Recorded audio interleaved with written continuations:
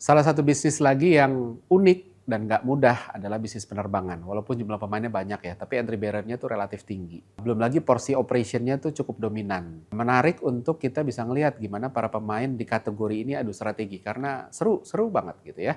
Halo, saya Ignatius Untung, selamat datang di Marketing.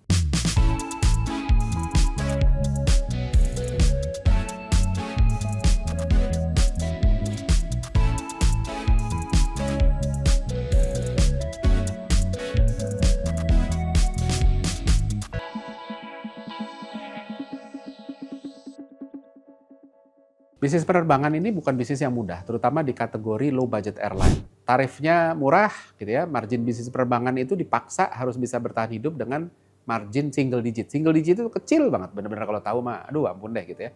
Apalagi di Indonesia ada aturan TBA-TBB, tarif batas atas dan tarif batas bawah yang ditentukan oleh pemerintah. Yang ketimbang ditetapkan di dalam bentuk rumusan yang dinamis, mereka memilih untuk rumusannya itu angka statis. Jadi rute dari sini ke sini tuh berapa rupiah. Rute sini berapa rupiah. Sayangnya kan komponen biaya untuk penerbangan itu kan dinamis gitu. Contoh, aftur kan dinamis. Spare part pesawat pun dinamis gitu ya. Tiap tahun gaji pegawai naik, UMR naik gitu. Dan biaya lainnya. Artinya komponen biayanya dinamis, bisa naik turun. Tapi sayangnya besaran range harga yang bisa dikenakan itu fix, nggak berubah. Bahkan ketika komponen biayanya berubah gitu ya. Nah, cilakannya lagi adalah besaran tarif TBA dan TBB-nya ya, tarif batas dan tarif bawahnya ini nggak dievaluasi secara berkala dalam periode yang relevan. Yang terakhir itu TBA TBB itu diterapkan tahun 2019.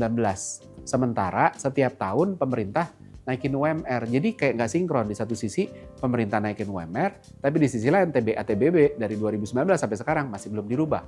Jadi kan agak sulit ya. Padahal komponennya adalah salah satunya ya ketika UMR naik, gaji kan otomatis naik gitu ya. Dengan berbagai tantangan tersebut, akhirnya bisnis maskapai khususnya low budget airline harus putar otak untuk gimana ya saya bisa cari pemasukan dari mana. Salah satunya adalah dari ancillary. Ini adalah penjualan makanan dan minuman atau fasilitas bisa milih kursi pesawat, bagasi tambahan, atau barang-barang merchandise dan free duty sampai bahkan layanan ekstra lainnya gitu ya. Nah, selanjutnya tantangan lainnya adalah dari industri ini, makanya ini ribet banget ya. Kita tahu ya bahwa di dunia ini cuma ada 2 pabrikan pesawat jet yang mendominasi mungkin 90% penerbangan di dunia, Boeing atau Airbus kan gitu ya. Jadi apapun airline-nya sama-sama aja sebenarnya, pesawatnya maksudnya gitu ya. Interiornya bisa beda. Pesawatnya ya udah antara Boeing atau Airbus. Usia pesawat bisa beda. Kualitas perawatan bisa beda. Tapi informasi-informasi itu kan hal teknis yang nggak begitu bisa mudah didapatkan konsumen, sehingga konsumen juga nggak bisa mempertimbangkan ini dalam pembelian tiket pesawat gitu ya. Nah, tantangan lain untuk memiliki keunikan juga ada pada rute dan bandara tempat pesawat terbang dan mendarat gitu ya. Rute yang dimiliki maskapai itu kan rute yang terbuka, siapapun bisa terbang ke rute ini. Bandaranya pun sama, terkadang bahkan gate-nya pun sama gitu ya. Hampir bisa dibilang nggak ada yang berbeda gitu ya. Kalaupun berbeda nggak signifikan lah dari dari gate-nya, dari bandaranya gitu ya. Dan akhirnya bermainnya di kualitas layanan. Bahkan pilihan waktu penerbangannya pun terbuka untuk semua orang, jadi bisa ditiru atau ditempel sama pesaing. Jadi memang bukan bisnis yang lebih mudah. Dan dengan fakta dan challenge yang seperti itu gitu, jadi bisa dikatakan by product ini adalah bisnis yang nggak mudah membangun pembeda. Pesawatnya sama, rutenya sama, bandarnya sama, gate-nya sama, jam penerbangan pun bisa sama gitu ya. Satu-satunya kesempatan untuk menciptakan perbedaan dari sisi produk itu lebih ke frekuensi penerbangan. Maskapai-maskapai yang memiliki frekuensi pilihan waktu penerbangan lebih banyak punya peluang lebih besar, walaupun kesempatan ini juga nggak muncul tanpa biaya. Dengan margin dari setiap penerbangan tipis, resikonya tuh tinggi banget untuk maskapai bisa nawarin pilihan penerbangan gitu ya, pilihan jamnya gitu ya. Karena begitu penerbangan tertentu gagal mengisi kursinya, maka mereka harus siap terbang dengan kondisi merugi ketimbang dapat keuntungan. Terus habis itu ngapain kita terbang kalau rugi kan gitu ya. Akhirnya kesempatan untuk bisa berbeda hanya datang dari 2 celah gitu. Pertama adalah layanan, keramahan pramugari, ketepatan waktu, tim ground handlingnya gercep, gesit gitu, helpful. Dimana walaupun ini hal-hal yang amat sangat relevan untuk konsumen, tapi balik lagi mudah ditiru juga. Belum lagi layanan seperti ini tuh rentan untuk bisa menggelembungkan biaya operasional yang akhirnya menggerus margin. Misalnya aja, untuk bisa ningkatin ketepatan waktu, maka Triknya adalah maskapai, salah satunya ya, maskapai mengatur jeda antar penerbangan itu dibikin agak lega, jangan terlalu mepet. Sehingga risiko terlambatnya itu bisa dikurangin karena udah spare waktu yang cukup. Kalau mepet, satu yang pagi udah terlambat, maka akan berderet ke belakangnya ikut terlambat gitu ya. Nah sayangnya ketika jeda penerbangannya dibikin lebih lega, ada beberapa komponen biaya yang membengkak. Pertama sewa parkir pesawat di bandara. Semakin dia lama berhenti di bandara, kan biaya parkirnya akan lebih mahal. Yang kedua adalah produktivitas pesawat tadi dalam satu hari. Kalau tadinya sehari dia bisa katakanlah berapa? 6 penerbangan gitu ya. Begitu direnggangin, akhirnya jadi cuma 5. Dan akhirnya utility-nya jadi kurang. Sehingga cost untuk balikin biaya pembelian pesawatnya akan jadi lebih lama. Belum lagi kehilangan potensi pendapatan. Gitu ya. Yang kedua adalah dari sisi brand. Suka nggak suka untuk sebagian orang, brand masih berpengaruh dalam pengambilan keputusan pembelian. Dan brand juga bisa ngebantu untuk ningkatin pricing power dari perusahaan. Orang rela bayar lebih mahal untuk brand yang lebih baik. Bahkan ketika secara fakta lainnya sama persis atau mirip-mirip ya. Termasuk yang dilakukan Singapore Airlines gitu ya. Brandnya dinaikin, layanannya dinaikin, dan orang rela bayar mahal. Padahal kalau ngomongin layanan, mungkin mirip-mirip sama ananya Jepang, sama beberapa maskapai dari Timur Tengah gitu ya. Nah, sayangnya mengacu pada quote-nya Elon Musk ya, brand is all about perception and perception will match reality. Artinya brand nggak bisa sekedar dibentuk hanya dengan persepsi melalui cerita-cerita bagus. Nggak bisa kita cuma bikin iklan yang keren terus habis itu brandnya naik. Tapi juga dengan realitas yang sejajar dan sejalan dengan persepsi yang dibentuk. Dan realitas tersebut termasuk juga experience menggunakan produknya. Nah dengan produk dan pelayanan yang sulit untuk berbeda dan mudah ditiru juga gitu ya. Akhirnya butuh brand strategis handal untuk bisa ngebangun brand ini gitu ya. Makanya nggak heran sebagian besar pemain bisnis penerbangan berpikir bahwa ini adalah produk dan operation driven business ketimbang marketing driven business. Selama rutenya ada, pilihan jamnya cocok, harganya masuk, konsumen cenderung akan memilih maskapai tersebut. Terlebih ketika kini sebagian besar tiket penerbangan dibeli melalui platform OTA, online travel agent, Traveloka, Tiket.com yang secara brutal membuka transparansi harga. Jadi seolah-olah mendidik konsumen untuk semakin price oriented karena perbandingan harganya jadi begitu mudah didapatkan, jadi lebih mudah terlihat. Lalu gimana dengan pemain-pemain low budget airline adu strategi, terutama yang ada di Indonesia? Pertama kita bahas Citylink. Maskapai plat merah ini tahu betul bahwa mereka punya darah biru gitu ya, punya afiliasi dengan Garuda yang jadi benchmark industri penerbangan dalam negeri itu kasih keuntungan tersendiri buat mereka. Dan mereka manfaat itu dengan baik. Desain brand identity Citylink dibuat sama persis kayak Garuda, cuma beda warna. Garuda itu biru, Citylink itu hijau. Dan sebagai maskapai plat merah, Citylink juga punya banyak keuntungan. Jadi pilihan utama pegawai-pegawai kantor pemerintahan, ASN, BUMN itu cenderung pakai antara Garuda, Citylink. Sekarang ada tambahan satu lagi Pelita. Setidaknya mereka nggak perlu mengais-ngaisis pasar untuk cari penumpang. Ayo dong, siapa yang mau naik pesawat saya gitu ya dari nol. Karena ada orang-orang ini yang udah mengisi di awal setidaknya. Nanti tinggal nambahin lagi gitu ya. Beda sama maskapai swasta gitu. Nah, tapi walaupun punya banyak keuntungan, Citylink juga nggak nyanyain keuntungan itu. Mereka tidak lalu ongkang-ongkang kaki. Layanan Citylink ini bisa dibilang cukup baik di antara para pemain low budget gitu ya. Pesawatnya baru terawat, tingkat ketepatan waktunya juga oke, relatif masih tolerable gitu ya. Dan menariknya Citylink itu mencoba membangun satu hal yang unik melalui kebiasaan cabin crew-nya. Jadi di setiap penerbangan Citylink, cabin crew itu selalu kasih pengumuman dengan pantun yang menggelitik gitu ya. Ini memang bukan sesuatu yang menjadi penentu pemilihan brand. Orang terbang bukan gara-gara ada pantunnya gitu ya. Tapi tetap berharga untuk membangun brand identity yang unik dan secara nggak langsung memperkuat brand memory.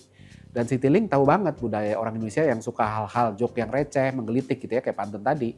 Jadi nggak jarang kita temui potongan video kabin kru sedang bacain pantun di sosial media, di TikTok, di Instagram yang secara langsung ikut menambah exposure brand di sosial media gitu ya.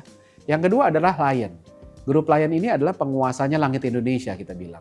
Karena dari 100 pesawat yang terbang di Indonesia, lebih dari 60-nya milik Lion. Apalagi yang terbang lebih dari 100. Jadi market share-nya Lion Group ini lebih dari 60%. Nah, Lion punya 4 brand yang melayani pasar Indonesia. Ada Lion Air, Wings Air, Batik Air, dan Super Airjet. Lion Group sendiri berdiri dengan awalnya cuma punya Lion Air gitu ya.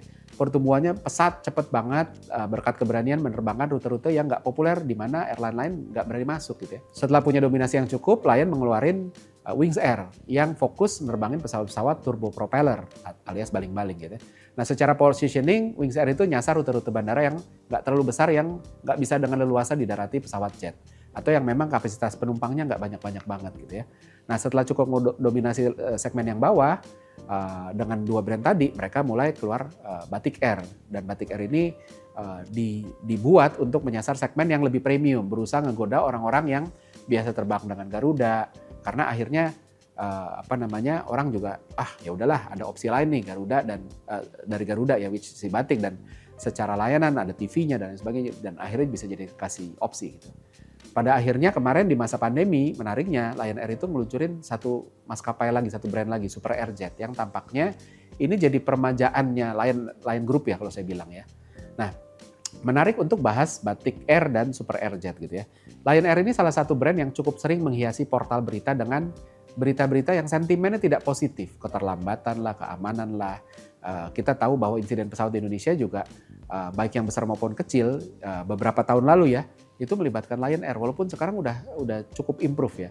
Nah menariknya ketika mereka ngebangun Batik Air yang menyasar orang-orang yang mau bayar lebih untuk sebuah layanan yang lebih baik, secara logika tuh kan nggak gampang untuk ngegoda orang-orang yang mau bayar lebih terus habis itu pindah ke grupnya mereka gitu ya. Tapi ternyata cukup berhasil karena ternyata konsumen nggak khawatir layanan yang kurang baik yang diberikan Lion Air itu akan nular ke Batik gitu. Dan ini juga karena Batik juga mampu buktiin bahwa layanan mereka lebih baik dari Lion Air. Maka dari itu dalam waktu relatif yang cukup singkat, Batik pun punya reputasi dan traction yang cukup baik. Nah hal menarik kedua adalah Super Airjet. Saya bisa aja salah, tapi saya melihat Super Airjet ini dilahirkan untuk bersaing head to head dengan Citylink dan AirAsia. Reputasi Lion Air yang udah keburu tidak sempurna lah ya kita sebutnya, membuat konsumen mulai mempertimbangkan Citylink dan AirAsia yang walaupun lebih sedikit mahal dari Lion, tapi punya reputasi yang lebih bersih lah gitu ya. Jadi daripada membiarkan Citylink dan AirAsia melenggang sendirian di segmen itu, mereka memilih untuk meluncurkan, saya keluarin ini Super Airjet sebagai fighting brandnya. Dan Super Airjet ini dikemas dengan sentuhan anak muda gitu ya. Desain seragam pramugari, casual, stylish, cukup jadi salah satu yang sering dapat komentar positif dari konsumen. Belum lagi strategi shifting Lion ke Super Airjet pun terlihat dari gimana di beberapa rute Lion itu tampak memberikan slotnya ke Super Airjet. Dan dalam waktu singkat Super Airjet itu udah mengoperasikan lebih dari 70 pesawat. Jumlah yang tidak mudah dicapai dalam waktu sesingkat itu. Nah, namun secara overall saya lihat Lion Group ini lebih banyak mengambil pendekatan produk ketimbang layanan atau brand gitu ya. Lion Group itu secara agresif ngebuka rute di mana maskapai lain belum pede untuk masuk. Mereka ngatur rute penerbangan dengan mengikuti alur penumpang dan dari situ mereka mengeruk keuntungan. Misal, penerbangan ke kota-kota yang demand-nya rendah dihubungkan melalui kota hub. Contoh, mereka buka Jakarta Surabaya, terus dari Surabaya baru ke kota-kota di Sulawesi, di balik Kalimantan yang tidak terlalu banyak loadnya gitu ya. Contoh misalnya penerbangan ke kota-kota yang tidak terlalu banyak demand-nya. Misalnya kota-kota di Sulawesi gitu ya. Selalu seringnya dipecah dua. Jakarta Surabaya sebagai hub-nya, terus dari Surabaya baru ke kota-kota Sulawesi. Di mana ada 2 leg. Leg pertama adalah Jakarta Surabaya, leg kedua adalah Surabaya ke kota di Sulawesi. Nah, leg pertama Jakarta Surabayanya mereka harus bertarung dengan banyak pemain gitu ya. Garuda, Citylink, Sriwijaya, dulu ada AirAsia gitu ya. Dan untuk memastikan mereka bisa bersaing, mereka kasih tarif yang kompetitif sekali di leg pertama itu tadi di Jakarta Surabaya yang padat persaingan. Bikin airline lain, maskapai lain itu cuma terbang Jakarta Surabaya sulit untuk ngimbangin dari sisi pricing strategi. Nah, keuntungannya mulai diambil sama mereka di leg keduanya dari Surabaya ke kota-kota Sulawesi dan Kalimantan. Mereka mengenakan tarif lebih tinggi, margin lebih tebal, keuntungan lebih bagus dalam hitungan per kilometer atau per jam terbangnya dibanding leg pertamanya. Kenapa bisa begitu? Karena nggak ada lawannya. Jadi buat mereka ya udah mereka bisa monopoli harga. Dan dari sana keuntungannya bisa memonopoli leg yang pertamanya. Jadi pintar sekali. Dan untuk rute-rute gemuk di mana banyak pemain, Lion itu ngeborong banyak slot yang tersedia. Jakarta Surabaya sama Jakarta Bali contohnya. Penerbangan Lion Group itu tersedia di hampir setiap jam. Strategi ini bikin mereka terlihat lebih superior dibanding pesaing. Di samping juga mereka akhirnya nangkep peluang yang lebih banyak karena orang lihat kok ini banyak peluangnya gitu. Tantangannya tentunya ada di bagaimana kita ngisi kursinya. Tapi tenang aja, untuk penerbangan yang berdekatan dan tidak terisi penuh, opsi untuk ngegabungin penerbangan pun juga sebenarnya bisa jadi opsi gitu ya. Maka dari itu Lion ini luar biasa pintar dari sisi operational dan produknya gitu ya. Yang ketiga adalah AirAsia. Maskapai asal negeri jiran ini punya pendekatan yang berbeda ketimbang Citylink dan Lion. Mereka adalah salah satu dari sedikit maskapai berbiaya rendah yang ada di Asia ya, bukan cuma di Indonesia, yang sadar pentingnya brand, inovasi, dan marketing. Dan itu menjadi ceruk yang belum digarap secara optimal oleh brand lain. Akhirnya mereka pun secara positif mendulang hasil yang memang baik dari sana gitu ya. AirAsia ini adalah maskapai pertama di Indonesia yang menerapkan pembelian tiket dengan self reservation. Dulu kalau kita mau beli tiket pesawat itu cuma bisa lewat sales office atau travel agent. Ini menciptakan barrier to entry bagi banyak orang, terutama yang mereka yang belum pernah terbang. Keengganan untuk nanya-nanya, kan kalau kita telepon sales office atau travel agent kan nanya, kalau jam segini berapa, kalau hari ini kesana berapa, kalau airline ini gimana, dan sebagainya. Dan itu otomatis bikin kita nggak nyaman dan sungkan, waduh nggak enak nih gitu ya. Dan akhirnya nggak sedikit dari mereka yang mundur bahkan sebelum explore, tanya-tanya ini, ya udah deh kita naik kereta aja deh, ya udah deh apa dan lain sebagainya gitu ya. Nah dengan web reservation yang diperkenalkan AirAsia, terutama di Indonesia ya, konsumen bisa dengan mudah explore pilihan yang ada dan kemudian milih, oh yang sesuai ini nih. Dan ini membuat lebih banyak calon konsumen convert jadi penumpang karena bisa explore tanpa kesungkanan tadi gitu ya. Nah AirAsia ini juga maskapai pertama di Indonesia dan mungkin di Asia yang mendobrak standar umum makanan di pesawat. Kalau sebelumnya makanan di pesawat itu kan baik yang berbayar maupun yang harus beli gitu ya. Itu kan tidak cukup tipikal, tidak cukup akrab di lidah kita, kayak makanan hotel lah kita bilangnya gitu ya. Nah, AirAsia ini adalah yang pertama menghadirkan makanan yang akrab di lidah kita karena emang merupakan makanan-makanan sehari-hari, makanan legendaris gitu ya. Ada nasi lemak, ada chicken rice dan berbagai macam makanan legendaris populer yang ditawarin. Makan ini terlihat jadi sesuatu yang sepele buat banyak brand, namun ini ngebangun kedekatan emosional. Merasa seperti di rumah sendiri karena makanannya makanan-makanan yang kita akrab ketimbang makanan-makanan hotel dalam tanda kutip gitu ya. Dan akhirnya kedekatan emosional ini pun berdampak pada brand image dan perception AirAsia gitu ya. Dan AirAsia juga nggak berhenti untuk terus nawarin menu-menu baru dan tetap mempertahankan 2 menu andalannya tadi. Setidaknya beberapa menu baru yang juga mendapat traction cukup baik ya. Kita bisa lihat ya ada nasi padang Udaratman, ada nasi biryani dan beberapa menu lainnya gitu ya. Menariknya lagi tuh penamaannya pun dibuat jadi sebegitu personal dan akrab gitu ya. Jadi lebih kasih legitimasi gitu ketimbang menyebut sebagai nasi lemak aja gitu ya. Mereka nambahin Pak Nasir di belakangnya. Jadi nasi lemak Pak Nasir. Jadi seolah-olah ini menu legendarisnya Pak Nasir. Saya yakin sebagian besar dari kita pun nggak tahu Pak Nasir itu siapa gitu ya. Apakah dia terkenal memang pembuat nasi lemak yang terkenal apa enggak. Tapi pada akhirnya bahkan ketika kita nggak tahu begitu dikasih nama terus habis itu oh ini pasti enak nih. Sama juga dengan chicken rice, ketimbang ditulis sebagai chicken rice dia tulis Uncle Rice, Uncle Chin chicken rice. Jadi seolah-olah jadi legitimasi gitu ya. Begitu juga dengan nasi rendang Udaratman gitu, ketimbang cuma ditulis nasi rendang. Jadi dengan nambahin nama orang di belakangnya, ini bikin makanannya jadi nggak kelihatan sebagai komoditas makanannya, tapi seolah-olah jadi makanan legendaris yang spesifik gitu ya. Nah selanjutnya AirAsia juga dikenal sebagai airline yang seringkali menawarkan rute-rute ke destinasi liburan. Bali, Singapura, Kuala Lumpur, Hong Kong, Macau, Bangkok gitu ya. Termasuk dulu Paris, saya pernah terbang pakai AirAsia ke Paris. Walaupun mereka juga punya rute-rute non destinasi liburan, tapi mereka mengkomunikasikannya secara masif destinasi-destinasi liburan ini. Dan ini punya dampak yang luar biasa. Yang pertama, walaupun rute destinasi liburan ini bukan hal yang unik dan juga dimiliki pesaing, tapi ketika tidak ada pesaing yang mengkampanyekan secara besar-besaran, akhirnya asosiasi terbang ke destinasi itu seolah-olah dimiliki oleh siapapun yang mengklaim, dalam hal ini AirAsia. Dan pelajarannya, klaim dan ownership apapun yang kita ingin miliki bahkan akan terbentuk ketika kita duluan, bahkan ketika orang lain juga punya. Yang penting kita klaim duluan dan intensitasnya cukup. Gitu ya. Yang kedua, otak kita selalu seek pleasure and avoid pain. Apapun yang menyenangkan dan menyakitkan akan lebih diingat oleh otak kita, dan destinasi liburan, momen liburan itu adalah sesuatu yang menyenangkan sehingga diingat dengan baik oleh otak kita. Ketika AirAsia ngebangun asosiasinya dengan destinasi-destinasi liburan yang nyenangin ini, akhirnya itu pun kebawa gitu ya. Jadi AirAsia juga ikut ke-trigger ketika memori tentang destinasi ini muncul. Dan menariknya, pleasurable memory dari destinasi-destinasi ini pun menular juga ke memori tentang AirAsia. Jadi akhirnya brand memory tentang AirAsia ikut terbawa positif karena kita ingatnya, oh kalau misal liburan ke Bali gitu ya, wah kita happy, itu sesuatu yang positif dan brand yang berusaha meng-own walaupun bukan cuma dia satu-satunya, bahkan banyak yang punya flight lebih banyak gitu. Itu adalah AirAsia, akhirnya jadi menular. Sama kayak gimana kita menghargai, misalnya ada restoran yang sebenarnya biasa aja gitu, tapi dan nggak unik, ada juga yang lain. Tapi kita dulu pernah jadian sama pacar di sana. Akhirnya kita juga jadi menghargai itu restorannya gitu, karena ada positif memori tentang kita sama mantan pacar yang mungkin sekarang udah jadi istri gitu ya. Terus habis itu kita jadi inget bahkan sama restoran dan positif association-nya menular gitu ya. Jadi penting banget dan itu yang membuat brand AirAsia itu jadi ikut positif. So kesimpulannya banyak sekali strategi-strategi menarik yang dilakukan oleh 3 airline. Ini kita baru ngomongin 3 airline, Citylink, Lion Group sama AirAsia dalam menghadapi persaingan yang amat sangat super ketat.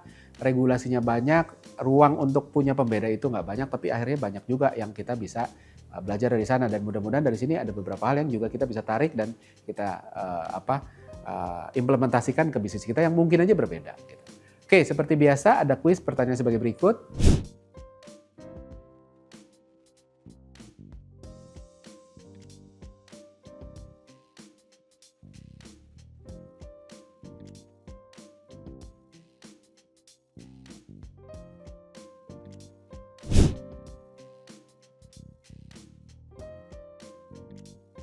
Pemenang dari episode kali ini bisa disaksikan di episode selanjutnya, maka dari itu selalu saksikan Marketing di Marketers TV. Saya Ignatius Untung, pamit undur diri.